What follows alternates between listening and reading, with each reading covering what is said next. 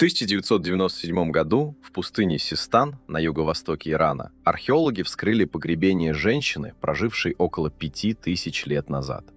В глазнице скелета находился искусственный глаз из натуральной смолы, покрытый тончайшим золотым листом с выгравированными линиями, имитирующими радужную оболочку живого глаза.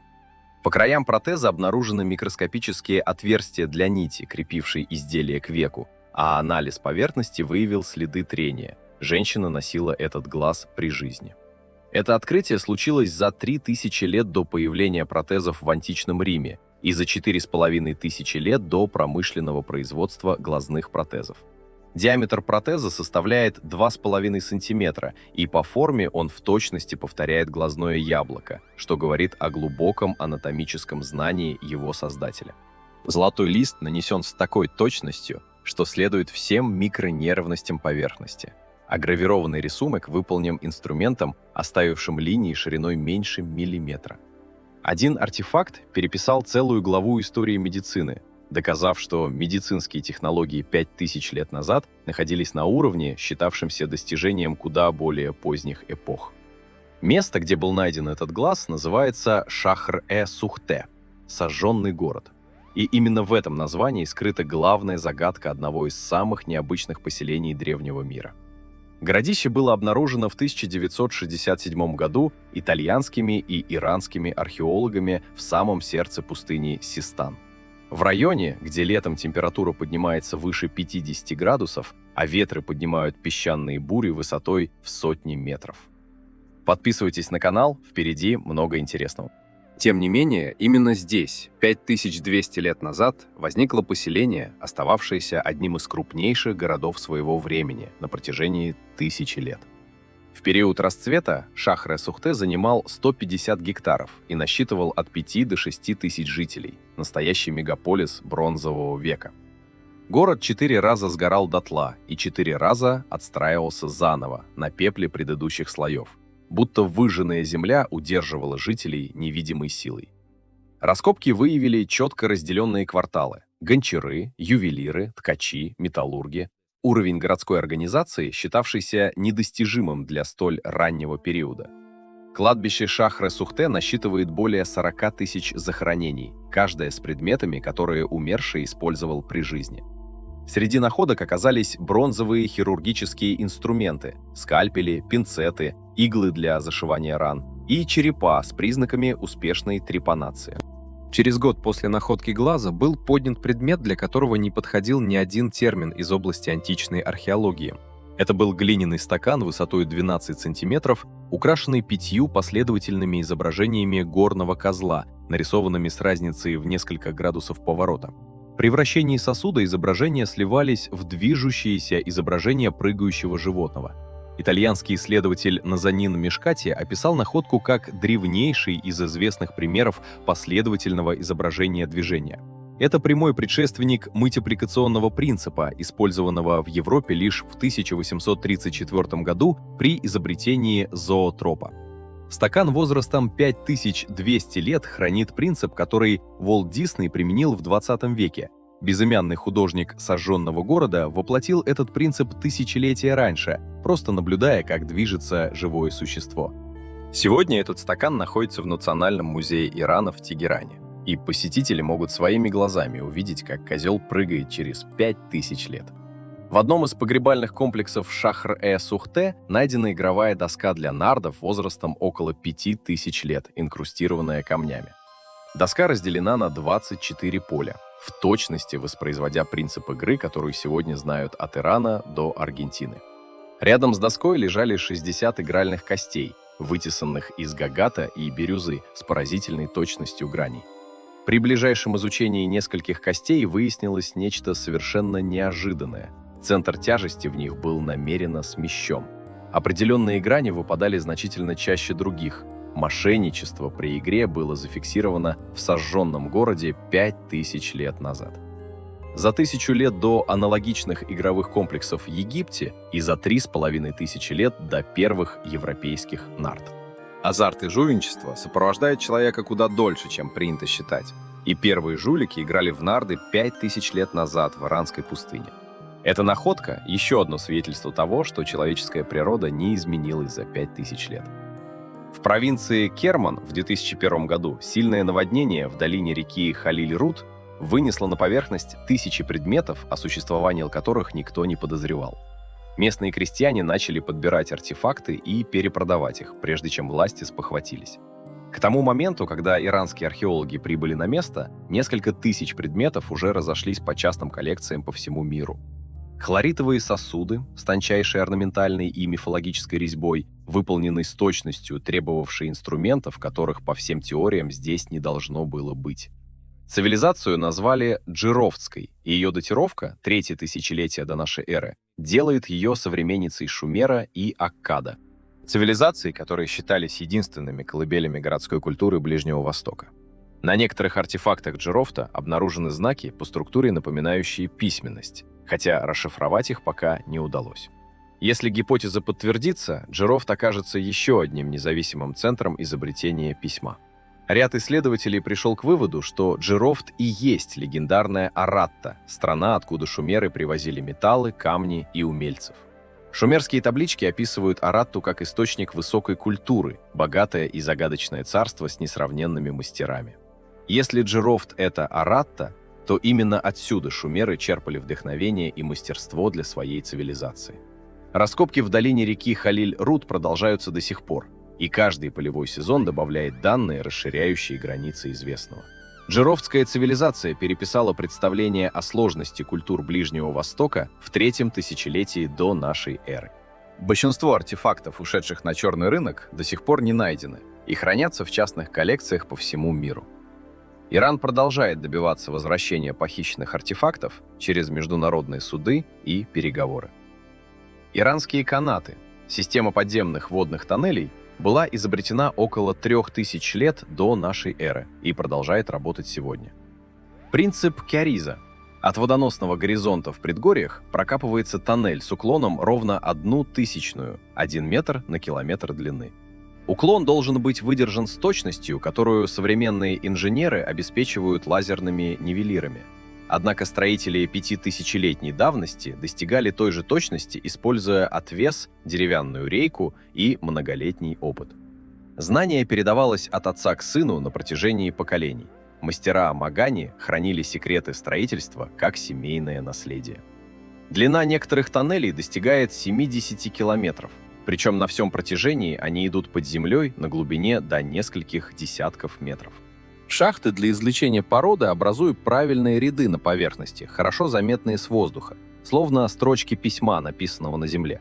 В Иране сегодня действует около 37 тысяч канатов, суммарная длина которых превышает 400 тысяч километров.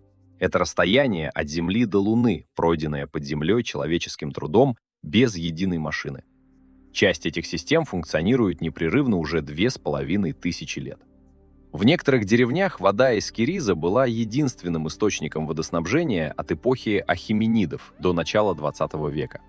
Рабочие Магани спускаются в темные тоннели и сегодня, поддерживая системы водоснабжения, созданные 1000 лет назад. Работа в тоннеле требует акробатической гибкости, диаметр некоторых шахт не превышает полуметра. В 2016 году ЮНЕСКО включила иранские канаты в список всемирного нематериального культурного наследия. Канаты – живая технология, которая продолжает кормить и поить миллионы людей в засушливых районах страны. В горах Загрос на западе Ирана в 1968 году во время раскопок холма Гадин-Тепе был извлечен кувшин с красноватым остатком на стенках.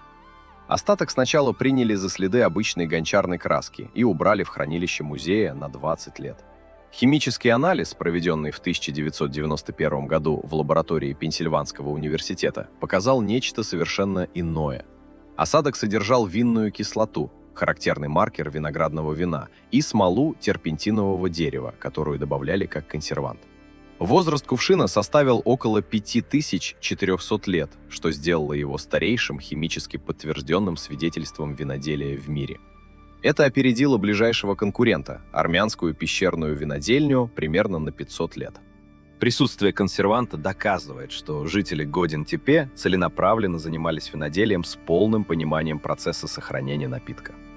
Горы Загрос до сих пор считаются одним из возможных мест происхождения культурного винограда. Виноделие в Иране – традиция, насчитывающая 5500 лет, хотя сегодня оно существует лишь в ограниченных формах. Кувшин из Годен-Тепе хранится в музее и является немым свидетелем того, что человек научился делать вино именно здесь, на Иранском Нагорье. Исследование показало, что вино изготавливалось в горных районах и транспортировалось в низины. Уже тогда существовала торговля вином. Без анализа Пенсильванского университета этот кувшин так и пролежал бы в хранилище, а история виноделия осталась бы неполной.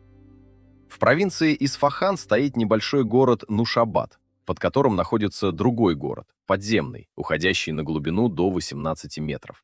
Местные жители знали об этих тоннелях на протяжении столетий и использовали верхний ярус как погреб. Истинный масштаб комплекса оставался неизвестным до начала 2000-х годов, когда исследователи впервые попытались картировать его целиком. Подземный город, получивший название Уйи, строился в эпоху Сасанидской империи около 1700 лет назад. Он создавался как убежище для всего населения города на случай вражеских набегов, которые в ту эпоху случались с пугающей регулярностью. Внутри комплекса устроены вентиляционные шахты, обеспечивавшие приток свежего воздуха на все 3 уровня. Резервуары для хранения воды, ниши для масляных ламп, залы, где могли разместиться сотни людей с запасом провизии на несколько недель. Система 3 уровней позволяла укрыть все население города одновременно и удерживать осаду неделями. Стены Уйи сохранили следы инструментов, которыми их вырубали, а в некоторых местах надписи и рисунки. Эти надписи и рисунки стали историческими свидетельствами о пережитом страхе тех, кто скрывался здесь во время набегов. Сегодня Уйи открыт для туристов, один из немногих полностью сохранившихся подземных городов мира. Подземный город Нушабад – напоминание о том, что страх перед врагом заставлял древних людей строить целые миры под землей. Персеполь был заложен царем Дарием I в 518 году до нашей эры в горной части провинции Фарс. Место выбрано в районе с высокой сейсмической активностью, само по себе смелое инженерное решение для той эпохи. Строители вырубили в скале террасу площадью 125 тысяч квадратных метров с идеально горизонтальной поверхностью. Отклонение от горизонтали не превышает нескольких сантиметров по всей длине, и это без единого оптического прибора. Под всем дворцовым комплексом была проложена сеть дренажных каналов, отводящих дождевую воду. Эта система продолжает работать без ремонта уже 2500 лет. При раскопках в Персеполе были найдены глиняные таблички с именами рабочих, их специальностями и размером жалования. Среди получателей оплаты числятся женщины и дети, работавшие наравне с мужчинами за справедливое вознаграждение. Это открытие окончательно опровергло представление о том, что грандиозные постройки древности возводились рабским трудом. Персеполь строили свободные люди, получавшие за свой труд зерно, мясо и вино. Знаменитая лестница Ападаны украшена рельефами, изображающими делегации 23 народов, приносящих дары персидскому царю. Каждая делегация изображена в своих национальных костюмах с характерными дарами – живыми животными, тканями, драгоценностями. Персеполь был сожжен Александром Македонским в 30 году до нашей эры, по легенде, по требованию Гетеры Таис Афинской. Пожар уничтожил деревянные конструкции и кровлю, но каменные колонны и рельефы уцелели и стоят до сих пор. Сегодня Персеполь – объект всемирного наследия ЮНЕСКО и главный символ величия древнеперсидской цивилизации. В провинции Зенджам на северо-западе Ирана в 1993 году шахтеры, добывавшие соль, наткнулись на нечто неожиданное. В толще соляной горы находилась человеческая рука с сохранившейся кожей, ногтями и браслетом из золотой проволоки.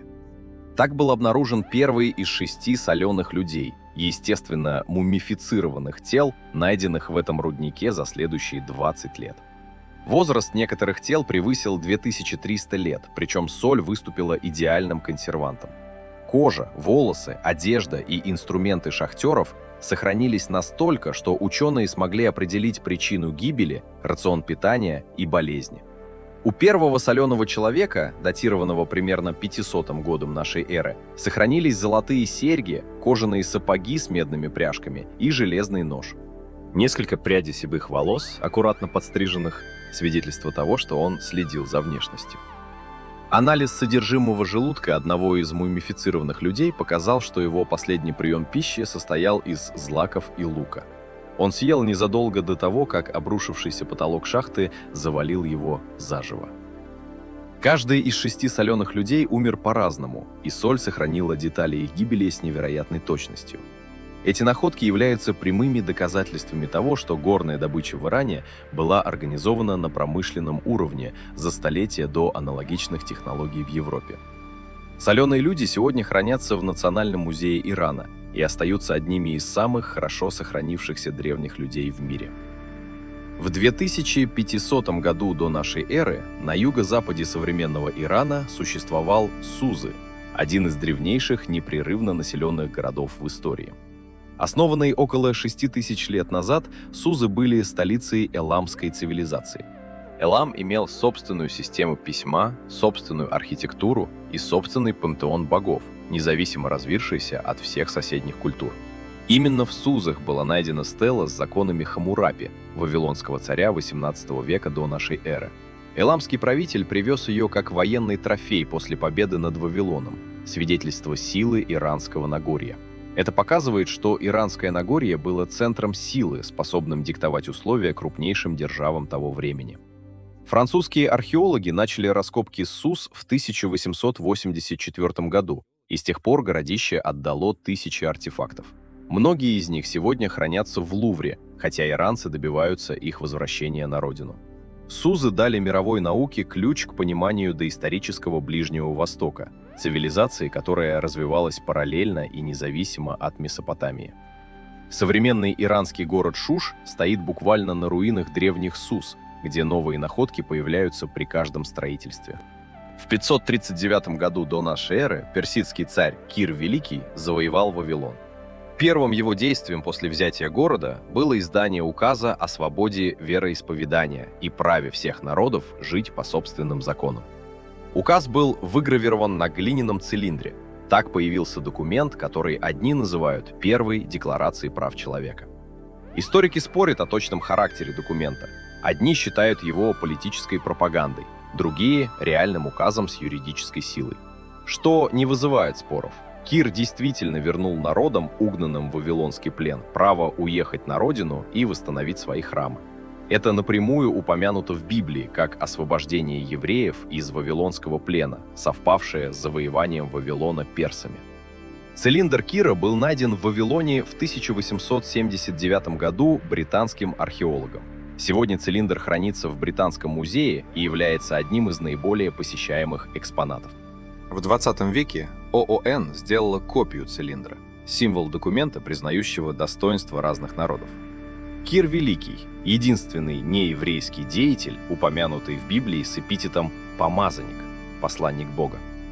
В районе озера Урмия на северо-западе Ирана находится Такт-Салейман – древний вулканический кратер с кристально чистым озером в центре. 3000 лет назад вокруг этого озера был построен зороастрийский храм огня, ставший одним из 3 главных святилищ персидской религии. Зороастризм, религия, возникшая на территории нынешнего Ирана, был первой в истории монотеистической религией с развитой этической концепцией. Пророк Заратуштра, которого греки называли Зороастром, учил, что мир разделен между силами света и тьмы. Концепция противостояния добра и зла, которую Заратуштра ввел в религию, впоследствии оказала прямое влияние на иудаизм, христианство и ислам. Добрые мысли, добрые слова, добрые дела. 3 столпа зороастрийской этики, ставшие основой для нравственных систем 3 мировых религий. Идея о том, что в конце времен справедливость восторжествует над злом, пришла в мировые религии из зороастрийской эсхатологии. Сасанидские цари перед военными походами обязательно совершали паломничество в Такт-Салейман. Это был древний ритуал легитимации власти. Дорога к святилищу была настолько хорошо обустроена, что ее следы сохранились в рельефе местности до сегодняшнего дня. Сегодня в мире насчитывается около 150 тысяч зороастрийцев, большинство из которых живет в Индии и Иране. Такт-Салейман включен в список всемирного наследия ЮНЕСКО как исключительный пример сочетания природных и культурных ценностей. Вулканическое озеро в центре Такт-э-Салейман не имеет видимых источников или стоков. Вода просто есть, и это само по себе казалось древним людям чудом. В 1953 году иранский строитель во время земляных работ в провинции Хузестан наткнулся на глиняные таблички с незнакомыми знаками.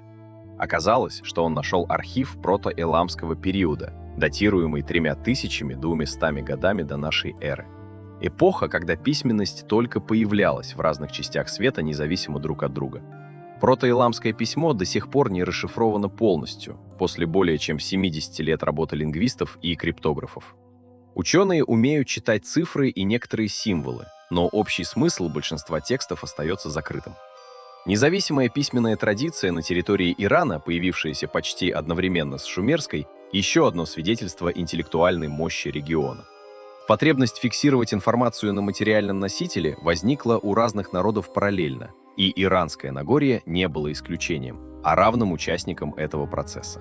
Нерасшифрованное письмо хранит тайны цивилизации, которую мы еще не можем прочесть. И это, пожалуй, главная незакрытая загадка иранской предыстории.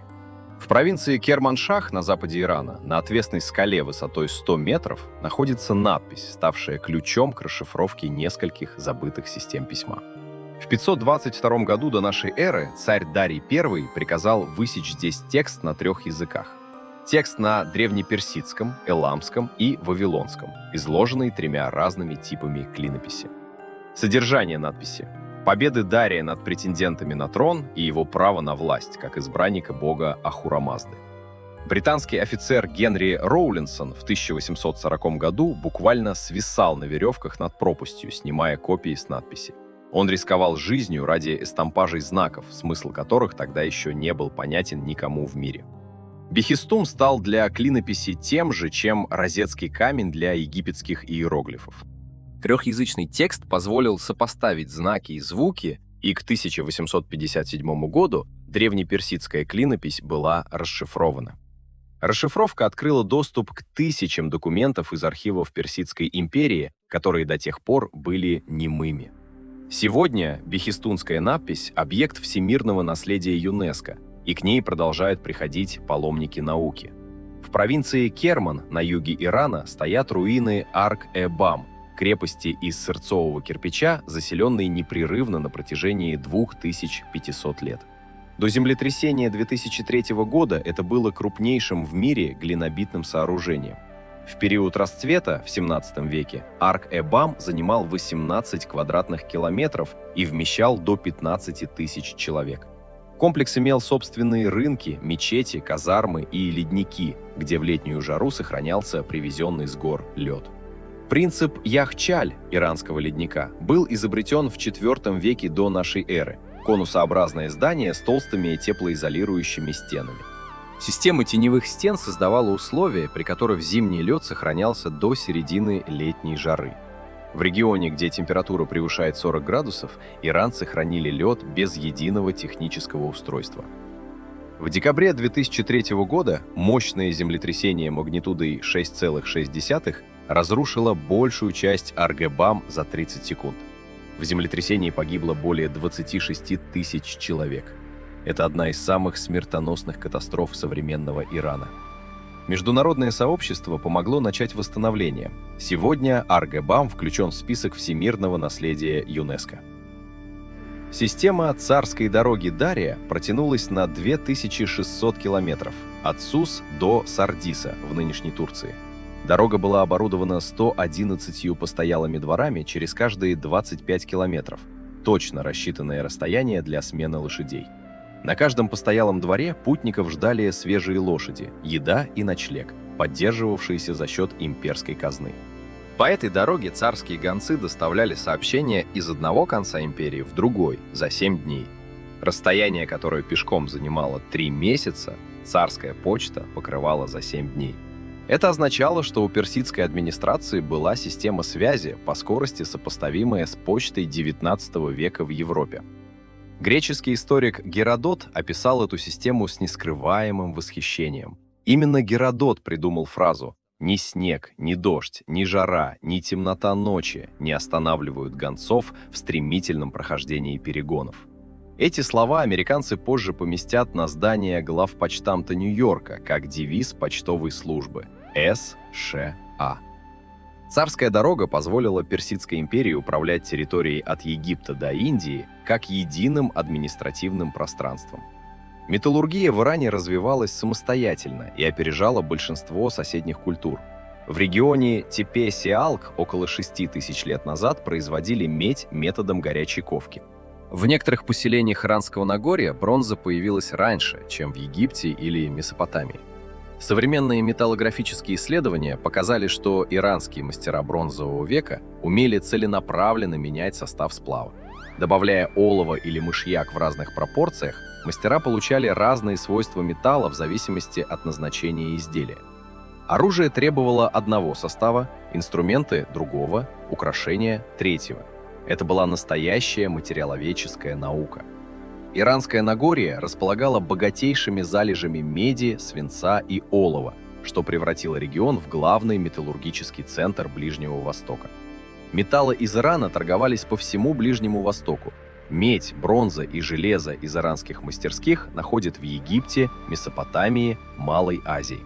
Иранские металлурги были востребованы по всему региону. Они перебирались в другие государства и несли с собой технологии. Иран — это территория, где человечество впервые нашло ответы на вопросы, которые мы привыкли считать достижением современности. Как заменить утраченный орган? Ответ нашли в сожженном городе 5000 лет назад. Как сохранить движение на неподвижной поверхности? Ответ дал художник сожженного города, наблюдая за прыгающим козлом. Как провести воду через 70 километров пустыни без единой машины? Этому научили мастера Маганни. Как создать юридический документ, защищающий права завоеванных народов? Этому научил Кир Великий.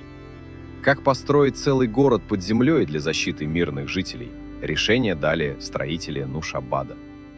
Как сохранить лед посреди пустыни летом? Этому научили изобретатели Яхчаля. Каждая из этих находок по отдельности могла бы быть случайностью, аномалией в общей картине истории. Но их слишком много, и они слишком точны, чтобы объяснить совпадение. Иранское Нагорье стало колыбелью технологий, которые мы считаем современными. И эта история еще далеко не окончена. Каждый сезон раскопок добавляет новые свидетельства того, что возможности древнего человека были куда шире, чем мы думали. Шахр-э-Сухте еще не полностью раскопан. Джерофт еще не полностью изучен. Бехистунская надпись еще не полностью прочитана. Протоэламское письмо до сих пор ждет своего Шампальона, ученого, который найдет ключ к его расшифровке. Земля Ирана хранит еще много тайн, и каждый год она возвращает нам что-то новое из того, что так долго скрывала. Наши представления о том, что умел человек 5000 лет назад, были неполными. Пока земля Ирана не начала возвращать то, что так долго хранила, и это, возможно, самое захватывающее в современной археологии, история еще пишется, и следующая глава может быть найдена прямо сейчас. Где-то под иранской землей лежит ответ на вопрос, который мы еще не умеем задать. История Ирана — это история человеческого гения, который работал задолго до того, как мы начали его замечать.